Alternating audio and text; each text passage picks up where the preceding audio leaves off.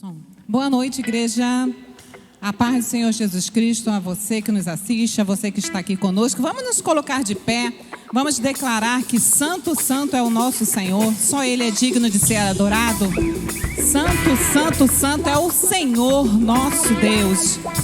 Não porque Ele precisa ser adorado, mas Ele merece ser adorado em nossas vidas. Vamos lá com as nossas palmas?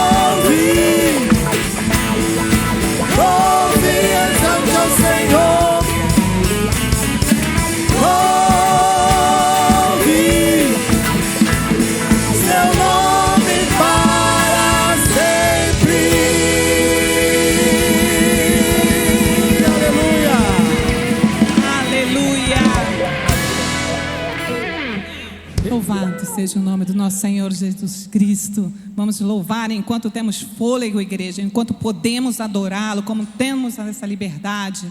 Agora nós vamos declarar aquele que é o único de ser adorado em nossas vidas. Ele é o princípio, ele é o fim, ele é o alfa, ele é o ômega. Você veio hoje aqui buscá-lo, então busque em primeiro lugar, já adorando neste lugar, porque ele está aqui neste lugar. Ele se faz presente dentro de cada coração. A você que nos assiste aí também, dentro do seu lar, chame essa presença para dentro do seu lar. Ore, vamos orar, e vamos orar através desta canção, dizendo que Ele é o alfa, o ômega, o início e o fim.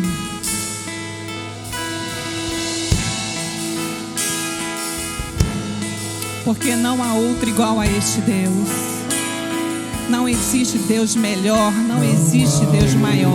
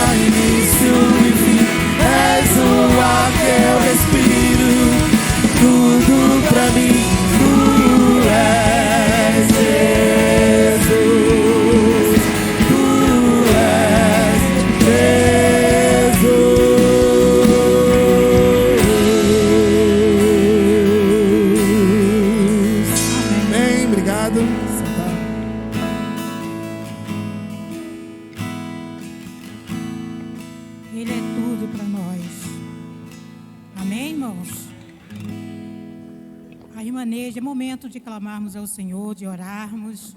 E a irmã Neide compartilhou comigo há poucos minutos atrás, não foi, irmã Neide?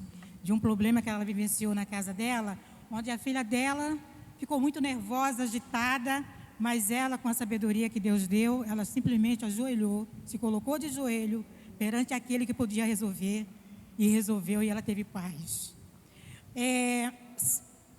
Por favor, abram as Bíblias, 1 Crônica 29, 29 e 19. Momento em que Davi estava já no final da sua vida, se preparando, ele lembrou de clamar ao Senhor pelo povo de Israel e principalmente de orar pelo seu filho que ia suceder logo em breve. E assim ele faz. Todos acharam? Obrigada. Dá ao meu filho Salomão o desejo sincero de obedecer a todos os teus mandamentos, preceitos e decretos, como manda o Senhor. Então, meus amados, é uma oração de um pai pelo filho. Ele se aproximando do fim da sua vida. Davi já estava preparando o seu filho, mas através da oração, se colocando sempre diante do Senhor. Então é um privilégio nós orarmos por cada um dos nossos filhos, por cada um dos nossos amigos, da nossa família, daqueles que estão necessitados. É momento de clamarmos ao Senhor. Faça como Davi fez. Ele clamou ao Senhor pelo seu filho. E nós sabemos como foi o reinado de Salomão. E nós vamos agora orar ao Senhor. Pedir a Deus por família, que é o mais importante, né? É a maior criação de Deus. Vamos orar também pela nossa igreja. Nós estamos pensando muito nessas orações dos irmãos, que a igreja possa estar cada vez mais unida, né? Mais coesa. E vamos orar também pela saúde. Quantos irmãos estão doentes, carecendo de um leito aí? Nesse momento nós estamos aqui dirigindo o culto, os irmãos estão aí, mas tem muitas pessoas que estão no hospital, ou em casa mesmo, mas estão com alguma doença, né? Então que Deus possa estar ajudando, estar ao nosso lado, nos protegendo de todos os males. Eu vou convidar aqui no caso a irmã Maria Lúcia, que vem aqui à frente orar pela família. Vou convidar o irmão que está lá atrás, o irmão Francisco, que vem orar pela nossa igreja. E vou convidar também a irmã Lúcia, que venha também aqui na frente orar pela saúde da Lúcia. Essa aqui é Maria Lúcia, ou Vera, é a irmã só Lúcia só. Então vamos ter esse momento de oração. Os irmãos que puderem. Eu não posso, irmãos, eu estou com problema no joelho muito sério, não consigo me ajoelhar direito. Não sei se é porque eu joguei muita bola há tempos atrás, aí, então eu estou com o joelho muito complicado. Mas vamos ficar de joelho quem puder e vamos estar orando ao Senhor, agradecendo a Deus. Irmã Maria Lúcia estará orando pela família. O irmão Francisco estará orando pela igreja. E a irmã Lúcia pelas pessoas que estão enfermas. Ó Deus, Pai misericordioso, como é bom, Senhor, estar aqui na Tua presença, Pai. Como é bom, Senhor, estar aqui, Senhor, na Tua casa, falando contigo, ó Pai. Ó Espírito Santo de Deus, esteja, Senhor, invadindo esse lugar, Pai. Esteja visitando, Pai, cada irmão aqui, Senhor. Cada lar aqui representado, ó Pai. Ó Deus, Tu estás, Senhor, no nosso coração. Tu conheces, Senhor, os nossos problemas, as nossas aflições, as nossas angústias. Ó Deus, só Tu, Senhor, pode abrir os caminhos. Só Tu faz o novo caminho, Pai. Só Tu, Senhor, pode escrever uma nova história. Pai amado, Pai querido, esteja, Senhor, agindo em toda e qualquer dificuldade que possa acontecer no nosso lar. Você, Senhor, sabe como tem, Senhor, pessoas sofrendo nesse momento, porque perdeu seu ente querido, Senhor, ou porque tem alguém doente no seio familiar, precisando de cura, precisando de libertação, Pai, precisando de paz. Como nós precisamos de paz, como nós precisamos da Tua paz para caminhar, Deus. Vá ao encontro, Senhor, das necessidades das famílias, Pai. Nós sabemos que o inimigo tem batalhado, Senhor, para afetar os familiares, Senhor. Tem afetado as nossas crianças, os nossos jovens, Pai. Os nossos jovens já não conseguem olhar para os pais, Senhor, com admiração e com respeito, Senhor.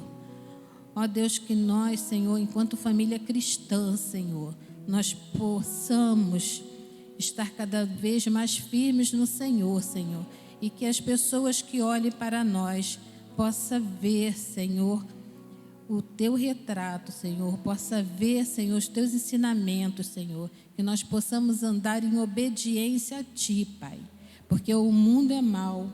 Nós sabemos, Senhor, que a nossa luta, Senhor, é contra as potestades.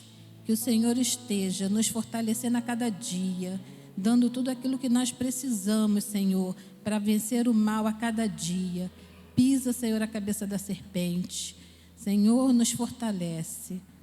Senhor, olha para cada um de nós, Senhor, contempla, Senhor, e nos dá, Senhor, o ensinamento que precisamos para vencer as batalhas. Nos dá a Tua paz e a Tua unção. Essa oração que nós fazemos em nome de Jesus. Amém. Pai querido, Pai de amor, obrigado, Senhor, por mais a oportunidade que nos dá de falar contigo, ó Deus. Nesse momento, ó Deus, quero entregar a sua igreja, ó Deus, que o Senhor possa estar com cada irmão aqui presente, ó Deus, abençoando e guardando. Senhor amado, venha guardar também esse templo, ó Pai, colocando um anjo em cada canto desse terreno, ó Pai, que nada de mal venha nos atingir, ó Deus. Sabemos que estamos num mundo cruel, Senhor. Entregamos também a vida dos nossos pastores, ó Deus, vai estar com ele em cada lugar que eles estiver, ó Pai Santo. Entregamos a família da Tua igreja, ó Pai, vai ao encontro deles, ó Pai, com cura e bênçãos especiais, ó Pai. Ó Senhor amado, e nós temos só Te agradecer em nome de Jesus, Senhor. Amém, Senhor. Paizinho querido, ainda em concordância com Teus servos, Pai, estou aqui, Deus amado, para Te agradecer por esse dia, por essa noite. Muito obrigado, Deus. Obrigado, Deus, porque até aqui nós chegamos para Te adorar, para Te louvar, para exaltar o Teu precioso nome, Pai. Paizinho querido, nessa hora eu Te entrego todos os enfermos nas Tuas santas e poderosas mãos, Pai. Paizinho querido, devido a essa pandemia, nós sabemos que a nossa saúde, Pai, física e emocional, ficaram muito abaladas, Pai. Mas nós cremos, Pai, num Deus Todo-Poderoso, num Deus que pode todas as coisas, que a nossa saúde, Pai, será restaurada em nome de Jesus, Pai. Te entrego, Deus amado, aqueles que agora, nesse momento, se encontram no leito do hospital, clamando, Senhor, por cura, esperando uma cura, Pai. Nós sabemos, Deus, que o Senhor é quem dá a última palavra, Pai. Os médicos podem até dizer que não tem mais jeito, mas se for a Tua vontade, essa pessoa pode ser curada, pode ser restaurada em Teu nome, Pai. Por isso, Deus amado, nessa hora eu Te entrego todos os enfermos, não só aqui da Igreja Batista de Padre Miguel, mas todos os enfermos, Senhor, espalhados pelos 4 cantos da terra, Senhor. Que o Senhor tenha misericórdia. Aqueles que não Te conhecem, aqueles que ainda não Te aceitaram, que eles possam ter a oportunidade, Senhor, de ouvir a Tua palavra e Te aceitar como o único e suficiente Salvador, Pai. Não permita que essas vidas sejam ceifadas sem antes Te conhecerem, Pai. Te entrego, Deus amado, nas Tuas mãos, todos os enfermos, em nome de Jesus, nós choramos e já Te agradecemos. Amém e amém, Jesus. Abra sua Bíblia, por favor, Atos capítulo 27. Atos capítulo 27.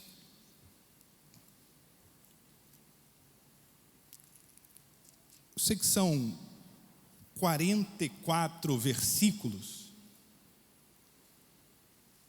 que a gente precisava ler, mas como a igreja é uma igreja de conhecimento da palavra, a gente vai lendo e vamos pulando, e depois a gente dá ênfase aos versículos devidos para a nossa edificação, amém?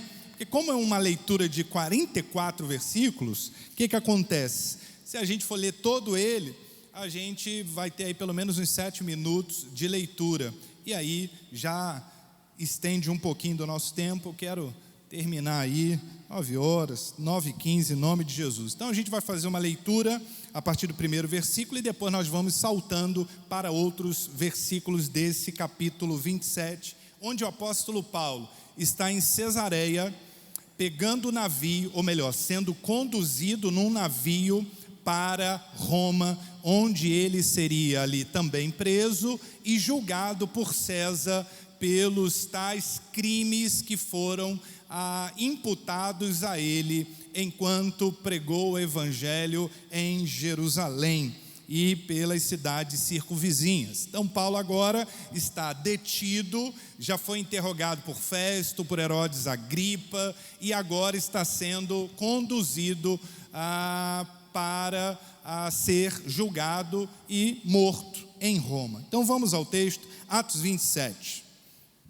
Como se determinou que havíamos de navegar para a Itália, entregaram Paulo e alguns outros presos a um centurião por nome Júlio, da corte Augusta. E embarcando nós em um navio adramitino, partimos navegando pelos lugares da costa da Ásia, estando conosco Aristarco, macedônio, de Tessalônica. E chegamos no dia seguinte a Sidom, e Júlio, tratando Paulo humanamente, lhe permitiu ir ver os amigos para que cuidassem dele. Versículo 4: e partindo dali, fomos navegando abaixo de Chipre, porque os ventos eram contrários. Fomos navegando abaixo de Chipre, porque os ventos eram contrários. Vamos para o versículo 10, por gentileza? Dizendo-lhes: varões, vejo que a navegação há de ser incômoda e com muito dano, não só para o navio e a carga, mas também para a nossa vida. Mas o centurião cria mais no piloto e no mestre do que no que dizia Paulo. O centurião estava acreditando mais na palavra do piloto, na palavra do mestre, do que naquilo que dizia Paulo. E como aquele porto não era cômodo para invernar, os mais deles foram de parecer que se partisse dali, para ver se podiam chegar a Fenice, que é um porto de Creta, que olha para a banda do vento da África e do Coro, e invernar ali. E soprando o vento sul, brandamente, lhes pareceu terem já o que desejavam, e fazendo de si vela, foram de muito perto costeando Creta. Mas, não muito depois, deu nela um pé de vento chamado Euroaquilão.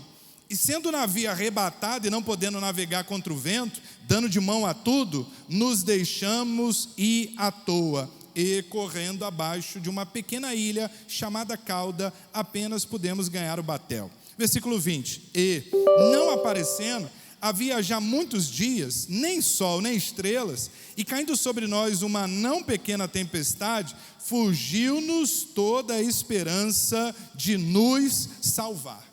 Aqui, a leitura que eu pude fazer esses dias em casa desse texto, me sobreveio esse tema: não perca a esperança no salvamento. Está aí no versículo 20, quando aqueles homens expressaram: fugiu-se toda a esperança de nos salvarmos. Havendo já muito que se não se comia, então Paulo, pondo-se em pé no meio deles, diz: fora, na verdade razoável, ó varões, ter me ouvido a mim, e não partir de Creta, e assim evitariam este incômodo e esta perdição. Mas agora vos admoesto a que tenhais bom ânimo, porque não se perderá a vida de nenhum de vós, mas somente o navio. Versículo 25: portanto, ó varões, tende bom ânimo, porque creio em Deus que há de acontecer assim como a mim me foi dito. Versículo 34: portanto, exorto-vos a que comais alguma coisa, pois é para a vossa saúde, porque nenhum cabelo cairá da cabeça de qualquer de vós. E, havendo dito isto, tomando o pão, deu graças a Deus na presença de todos, e partindo, começou a comer. Versículo 41, dando, porém, num lugar de 2 mares, encalharam ali o navio, e fixa a proa, ficou imóvel, mas a proa abria-se com a força das ondas. Então, a ideia dos soldados fosse que matassem os presos, para que nenhum fugisse, escapando a navio. Mas o centurião, querendo salvar a Paulo, lhe estorvou este intento, e mandou que os que pudessem nadar se lançassem primeiro ao mar e se salvassem em terra. E os demais, uns em tábuas e outros em coisas do navio. E assim aconteceu que todos chegaram à terra a salvo. Deus abençoe a leitura da sua palavra. Espírito Santo, tua palavra foi lida, tua igreja veio para ouvir a tua voz através da bendita palavra do Senhor. E que assim, ó Deus, a tua resposta, o teu refrigério, o teu bálsamo e a tua sabedoria e edificação, através da tua palavra e presença, percorra os nossos corações nessa noite, em nome de Jesus. Amém e amém. Você pode se sentar, por gentileza. Meus irmãos, vamos começar a destacar aqui o texto bíblico, a partir do versículo 4, você pode marcar aí na sua Bíblia, a partir do versículo 10 e a partir do versículo 41 desse texto. Nós vamos destacar nesse primeiro momento, diante desse acontecimento em que Paulo está sendo conduzido juntamente com outros prisioneiros que estão naquela tripulação do navio, no total de 276 pessoas, contando ali toda a tripulação, os marinheiros, os soldados ali presentes, indo para o porto de Roma, para que ali, chegando em Roma, o apóstolo Paulo fosse assim preso para receber o julgamento do imperador Augusto César. De maneira, meus irmãos, que Paulo, ao longo daquela viagem, uma viagem longa, uma viagem também tempestiva, Paulo se manteve em oração, Paulo entrou em jejum, Paulo clamou, Paulo jejuou, e Paulo teve uma percepção de que aquela viagem não seria fácil. Paulo teve uma percepção de que aquela viagem seria terrível, seria difícil demais. E, portanto, eles precisavam estar em vigilância, eles precisavam estar atentos, porque aquela viagem não seria fácil. E aí, quando nós vamos ler no versículo 4, que diz: e partindo dali fomos navegando abaixo de Chipre, porque os ventos eram contrários. Ali eles já estavam navegando em águas violentas, devido à passagem desse vento chamado Euroaquilão. Muitos daqueles que estavam no barco sabiam, entendiam que aquela viagem não seria nada fácil. Marinheiros experientes, pescadores experientes, temiam esse vento chamado Euroaquilão, porque esse vento assaltava os navios, dava contra o barco e muitas vezes fazia com que navios viessem a afundar, a naufragar. E a primeira experiência, quando a gente começa lendo o versículo 4, como também Sani e Brenda, a gente pode ler o versículo 10, nós vamos identificar que a situação de fato estava ficando cada vez pior, dizendo-lhes: senhores, vejo que a navegação há de ser incômoda e com muito dano, não só para o navio e carga, mas também para as nossas vidas. Ali a percepção se ampliava. A travessia, a navegação vai ser violenta para o barco e para as pessoas que estavam naquele barco. No versículo 41, nós vamos identificar que o barco começou a sofrer avaria, o barco começou a sofrer danos, dando, porém, num lugar de 2 mares, encalharam ali o navio e, fixa a proa, ficou imóvel. Mas a polpa abria-se com a força das ondas. Desde o primeiro momento em que esse navio sai da região de Cesareia e chega nesse ponto aonde ele se encontra, esse navio já vinha sofrendo dos ataques dessa onda, produzido pelo vento euroaquilão. E nessa travessia, esse barco foi sofrendo aos poucos as avarias provocadas pela violência, pelos açoites desse terrível vento que movimentava, que agitava as águas daquele mar, daqueles mares por onde eles navegavam. A primeira lição que a gente pode extrair para a nossa aplicabilidade cristã, para a nossa prática de vida, é que existem situações que surgem na vida que elas vão nos quebrando aos poucos. Tem situação que chega, já mostra a cara e já vem para derrubar de vez. Mas tem situação que não chega de uma vez só, vem aos poucos, vem por tabela, vem sorrateiramente, vem devagarinho, mas vem deixando o dano.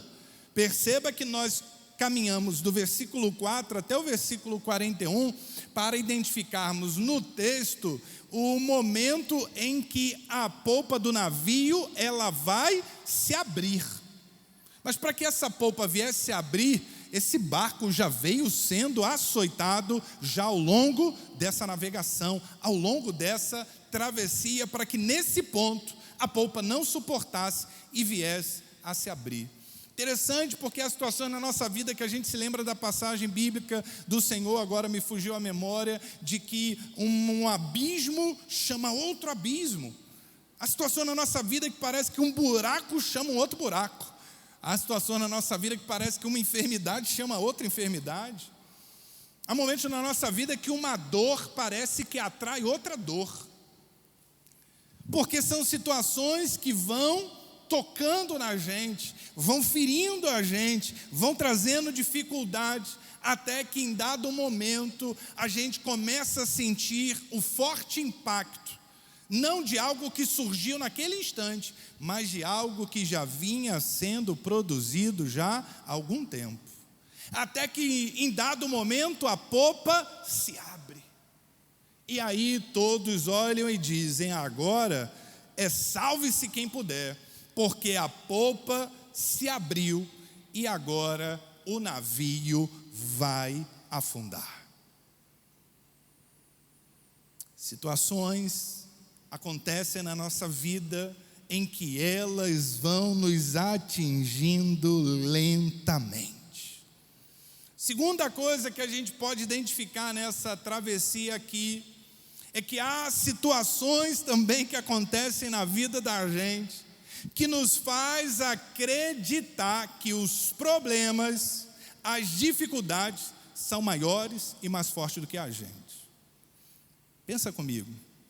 Será que você nunca teve essa sensação de se ver diante de um problema em que num dado momento você julgou: esse problema é maior do que eu, essa dificuldade é mais forte do que eu não tenho força para vencer, para superar, para transpor esse problema? Vamos no versículo 13, por gentileza, versículo 13 ao 20. E soprando o sul brandamente, lhes pareceu terem já o que desejavam, e fazendo-se de vela, foram de muito perto costeando Creta. Mas não muito depois deu nela um pé de vento, chamado Euroaquilão. Preste bem atenção. E sendo o navio arrebatado, e não podendo navegar contra o vento, dando de mão a tudo, nos deixamos ir à toa. E correndo abaixo de uma pequena ilha chamada Clauda, apenas pudemos ganhar o batel. E levando eles para cima, usaram de todos os meios, cingindo o navio, e temendo darem a costa na Sirte, amainadas as velas, assim foram à toa. E andando nós, agitados por uma veemente tempestade, no dia seguinte, eles começaram a aliviar o navio. No dia seguinte, eles começaram a tirar os pertences. Porque há momentos em que as situações sobrevêm a nós, nos açoitam, que vão quebrando a gente lentamente. A gente já aprendeu isso. Mas existem situações que nós somos tão afetados que a sensação inicial é: a dificuldade é maior e mais forte do que a nossa capacidade de defesa, do que a nossa capacidade de salvamento, a ponto que eles, em dado momento, se viram perecendo a própria esperança. E ao terceiro dia, nós mesmos, com as nossas próprias mãos, lançamos ao mar a armação do navio. E não aparecendo, havia já muitos dias, nem sol, nem estrelas, e caindo sobre nós uma não pequena tempestade, fugiu-se toda a esperança de nos salvarmos. É nessas horas mais frias e sombrias, em que não aparece dia, onde não se vê sol, onde não se vê estrela. O que significa isso nesse texto, versículo 20? Deixa o 20 em tela, por gentileza, Brendinha. Em que não se via nem sol, nem estrela. Quer dizer, durante o dia não tinham visibilidade para o sol. Durante a noite eles não tinham visibilidade nem das Três Marias, nem do Cruzeiro do Sul. Logo, nós já podemos definir que essa situação era desesperadora, porque além de uma forte tempestade, agora os tripulantes, agora o comandante, o piloto, ali, como é que é o nome daquele que conduz ali o timão do navio ali? Como é que é o nome? Tem um nome? Timoreiro. E aí, o que acontece? Estando ele ali, o timoreiro, à frente da condução do navio, ele precisa ter, naquele tempo, visibilidade para ver o sol, para ver as estrelas, para que ele possa ser norteado. Então, a ausência de visibilidade para o sol e para as estrelas significa, além da forte tempestade, eles estavam perdidos. A situação na nossa vida, em que os problemas nos açoitam de tal modo que nos sentimos enfraquecidos, que nos sentimos quebrados e que às vezes não sabemos nem para onde ir. Eles estavam diante de uma forte tempestade. A tempestade era terrível, não aparecia sol, não aparecia estrela, eles estavam perdidos, sem direção. É nessas horas que a gente indaga: e agora? O que eu vou fazer? E agora? Quem poderá me socorrer? E agora, para onde eu vou? O que eu faço diante de uma situação de dor, de enfermidade, de dificuldade, de perseguições, de afrontas, de humilhações, de lutas que nos cercam nesse tempo presente, e a gente se pergunta: Mestre, Senhor, para onde eu vou?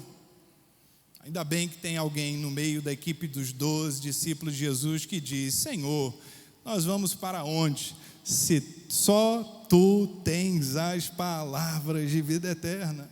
Mas muitas vezes, antes da gente ter esse norteamento ou esse redirecionamento na alma, a sensação que a gente fica é: eu estou perdido. Eu não sei o que fazer, eu não sei para onde ir, eu não sei qual decisão tomar, porque muitas vezes a vida nos açoita dessa forma, e aí a gente se sente perecido na esperança. Versículo 20 diz a expressão de um daqueles tripulantes: fugiu-se parte da nossa esperança. Amém? Não amém. Versículo 20 vai dizer: fugiu-se toda a nossa esperança. Significa que desses 276 tripulantes, apenas um estava vendo o que ninguém via.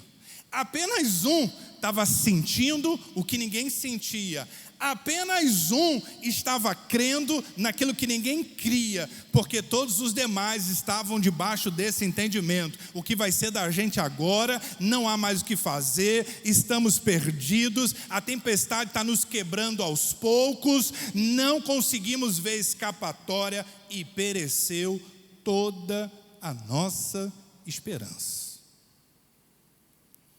Mas para que a gente não vá para casa com apenas essa versão da história do naufrágio, a gente precisa se atrelar, se atentar a uma realidade que está no versículo 22. Muitas vezes, diante de um naufrágio, o barco, antes de afundar, os tripulantes, eles vão jogando as bagagens fora, como uma maneira de tentar aliviar o peso do barco. Então há momentos na vida que a gente vai tentar tirar as coisas do barco, acreditando que aliviando o navio do fardo, o navio não irá afundar. Versículo 22, por favor, em tela. Mas agora vos admoesto a que tenhais bom ânimo, porque não se perderá a vida de nenhum de vós, mas somente o navio. Há situações na vida que a gente vai orar, Deus vai dar um livramento e vai impedir que o navio afunde. Amém, igreja? Mas tem situações na vida, o pessoal ficou até com medo de dar amém, não sabia se agora era para dizer amém, se não era, né? Esse era amém, sim. Há situações na vida que a gente vai orar: Senhor, salva o navio, salva a estrutura, salva onde eu estou agarrado, salva onde eu estou refugiado e me salva. Mas deixa eu lhe dizer, tem situações na vida que Deus salva o navio e os tripulantes. Tem situações na vida que o barco afunda, mas você é salvo pelo Senhor. Qual é a lição então que fica nesse ponto aqui? É que Jesus veio para salvar vidas, Jesus não veio para salvar coisas, Jesus não veio para salvar instituição, Jesus não veio para salvar religião, Jesus não veio para salvar os nossos bens materiais, Jesus veio para salvar vidas. Tem muita gente apegado na estrutura, tem muita gente apegado no instrumento, tem muita gente apegado no que é material, tem muita gente apegado no departamento, porque eu lidero, porque eu faço, porque eu tenho o meu nome na coluna, eu tenho o meu nome no altar, eu tenho o meu nome na parede. Jesus não veio para salvar a parede, Jesus veio para salvar você. A gente precisa entender isso. Jesus veio para salvar vidas. Tem momentos que o navio não vai afundar, tem momentos que ele vai deixar o navio afundar, mas você vai ficar vivo, porque ele veio para te salvar. Tem momentos que as situações à nossa volta vão naufragar, mas ele diz: eu vou salvar você. Ele veio para salvar aqueles 276 homens, e aquele navio afundou. Aquele navio afundou, mas as vidas que estavam naquele navio, nenhum se perdeu. As pessoas lá da igreja da Conchinchina seguem preocupadas muitas vezes com coisas, com aparência, com status, com título, com cargo. Deus está preocupado com vidas, para que nenhuma delas se percam. Há momentos em que as situações nos permitirão recuperar o navio e salvar pessoas. Há momentos que o navio será perdido, mas Jesus virá para te socorrer. Paulo viu o livramento do Senhor sobre aqueles 276 homens. Grava no teu coração: a visão espiritual é fundamental para que você norteie o seu futuro e acredite na esperança do livramento do Senhor sobre a tua vida. Segundo e último lugar, o que a gente deve fazer para a nossa esperança não se perder no livramento do Senhor? Ter confiança, ter fé, para a gente orar e dar graças a Deus, acreditando na resposta que vem do Senhor. Vamos ao versículo 35, por favor. E havendo dito isto, tomando o pão, deu graças a Deus na presença de todos, e partindo, começou a comer. E tendo já todos bom ânimo, puseram-se a comer também. E éramos ao todo no navio 276 almas, refeitos com a comida, aliviaram o navio, lançando trigo ao mar. Versículo 41.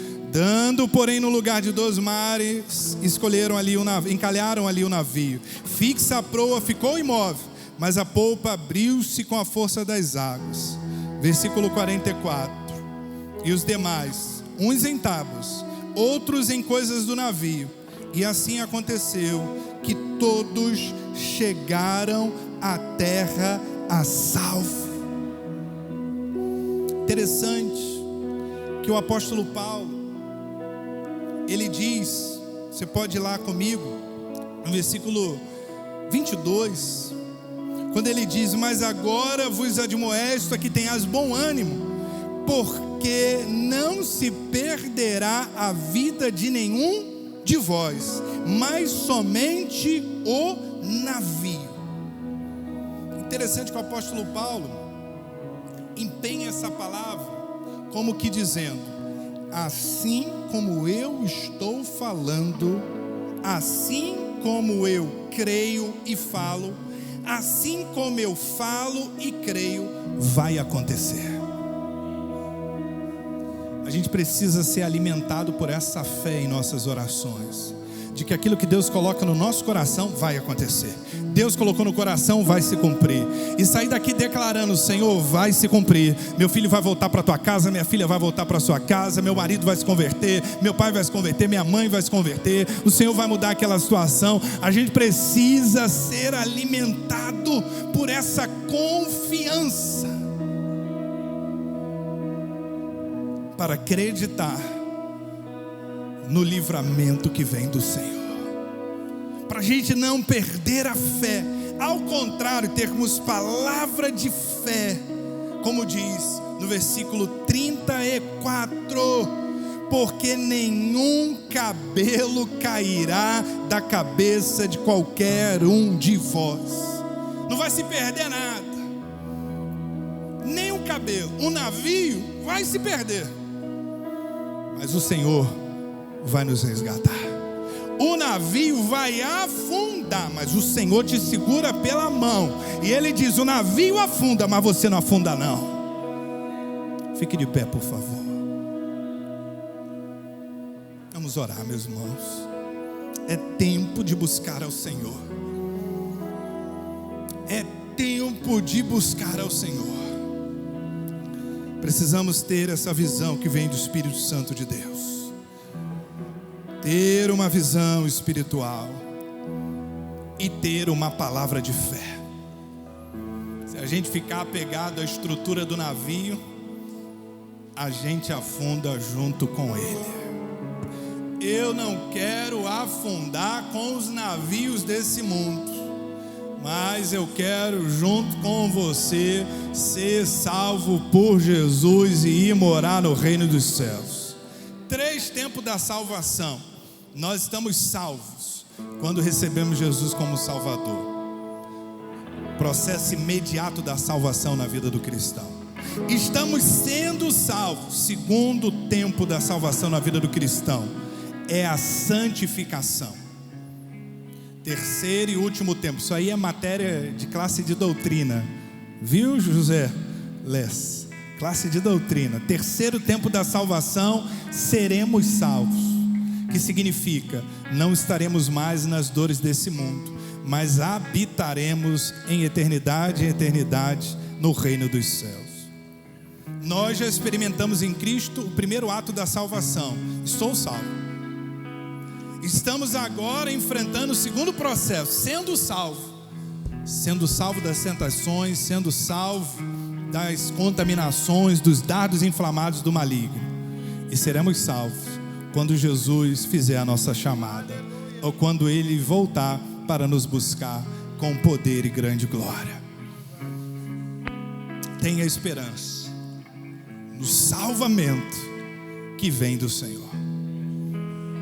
Permanecemos enfrentando severas tempestades que nos quebram aos poucos, que se apresentam como se fossem maiores do que nós. Em alguns momentos essas tempestades são até maiores que nós, mas elas nunca serão maiores do que o nosso Deus. E há momentos que não podemos jamais perder a visão de fé, nem deixar de orar com fé, para que a esperança não venha fugir do nosso coração. Que Deus complete no teu coração aquilo que porventura, na minha limitação humana, eu possa não ter me permitido ter sido usado para falar ao teu coração. Que o Espírito Santo complete essa obra, complete essa palavra com totalidade no meu e no teu coração, para que possamos permanecer na esperança viva do salvamento que vem de Jesus para as situações da nossa vida. Louvemos ao Senhor. E você que trouxe seu dízimo e oferta, poderá contribuir conforme o Senhor colocou em teu coração.